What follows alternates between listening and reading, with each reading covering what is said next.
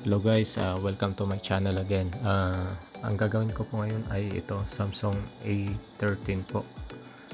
Tatanggalin yung pattern kasi hindi alam yung may-ari yung pattern lock niya. So, first,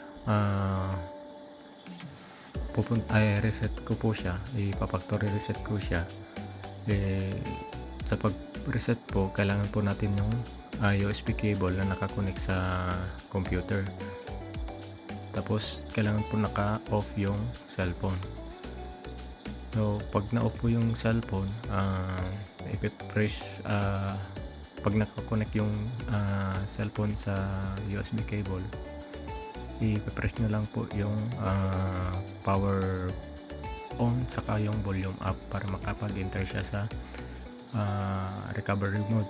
Tapos pagka maka-enter kayo doon, may mga options siya na i-factory reset. I-select nyo lang po yun. Tapos pagka reset, restart. Tapos pagka restart, ganito na po siya. Hindi ko kasi siya na i-record kanina kasi kala ko naka-record pero hindi pala, naka-pause pala yung record ko kanina. So yan po siya. After ko po siyang ma-reset, ganyan po, hintayin nyo lang po siyang ma-load niya yung program. Tapos pagka-load po ng program, connect nyo po sa Wi-Fi internet. So yan po yung Google account, pattern ng may-ari. So pag hindi po alam, wala po tayong access dyan sa cellphone na yan. So kailangan kong tanggalin yung pattern lock na yan na naka-register dyan sa cellphone. So ang pagtanggal dito, kailangan ng dalawang software. Isa ay ito, Samsung firmware, SamFW tool ang tawag dyan. So may mga option dyan. Kung may download nyo, pwede nyo subukan dyan sa tatlong option kung gagana siya. So yung bagong version, may nakalagay dyan ng remove FRP, yung US models to 2024. Yan po yung sinubukan kong first. So yan po, may error siya, so hindi siya pwede. So pag hindi po nagana yan, ibig sabihin hindi niya ma-enable yung ADB mode. So kailangan natin yung isang software para ma-enable yung ADB mode ng cellphone. Kasi pag hindi po kasi naka-on yun, hindi niya ma-delete yung pattern na naka-register sa cellphone. So yan po, hindi po niya natanggal. So kailangan natin yung isang program.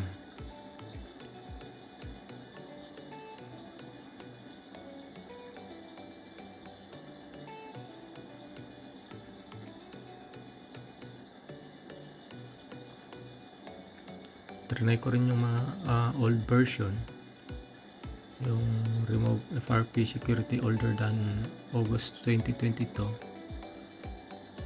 pero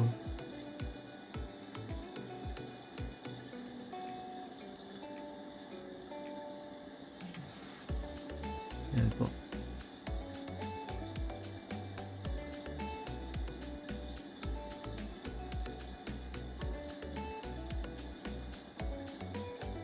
Pero hindi rin siya gumana. Hindi rin pwedeng ma-activate yung ADB mode. So ang kailangan dyan, subukan ko yung program na to, Zero Kinox Removal Tool. Yan po ang tawag sa tools na yan. So dito may tatlong option din. Enable ADB old model.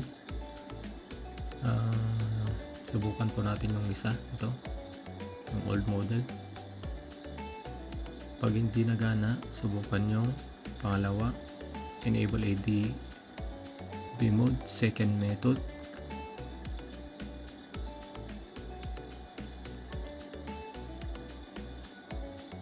So pag di pa rin nagana, yung pangatlo, enable ADB mode, June 2023. Yung pangatlo, pag hindi nagana dyan,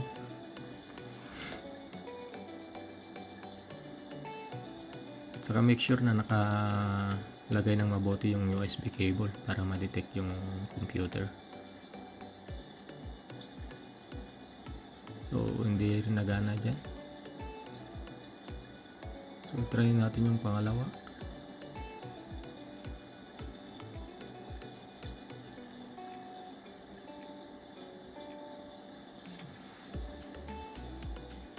Enabling ADB, wala rin. Di rin siya nagre-response.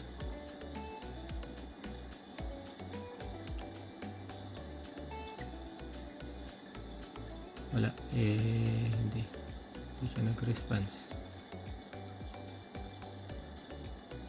Ayun, yung pangatlo, okay siya. Pag na-enable na po yan, yung ADB mode, pwede na po natin tanggalin yung pattern.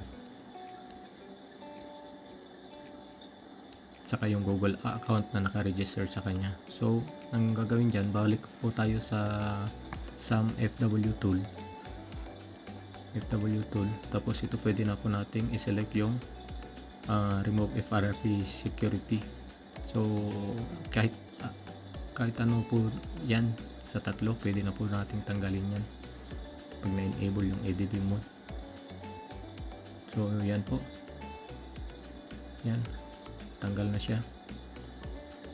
So ganyan po siya, ganyan lang po magtanggal ng pattern ng model na to. Itong model na to ay Samsung A13. So kita nyo po, yan, successful na po siya.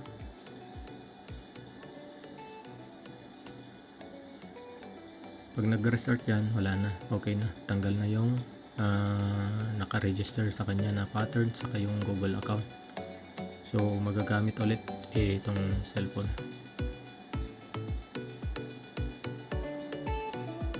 Yan, okay na, wala na yung pattern, tanggal na po.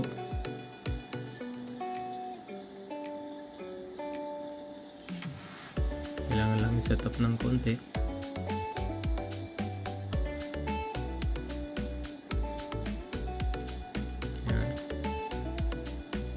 Next lang, gender, select your gender, other, your age,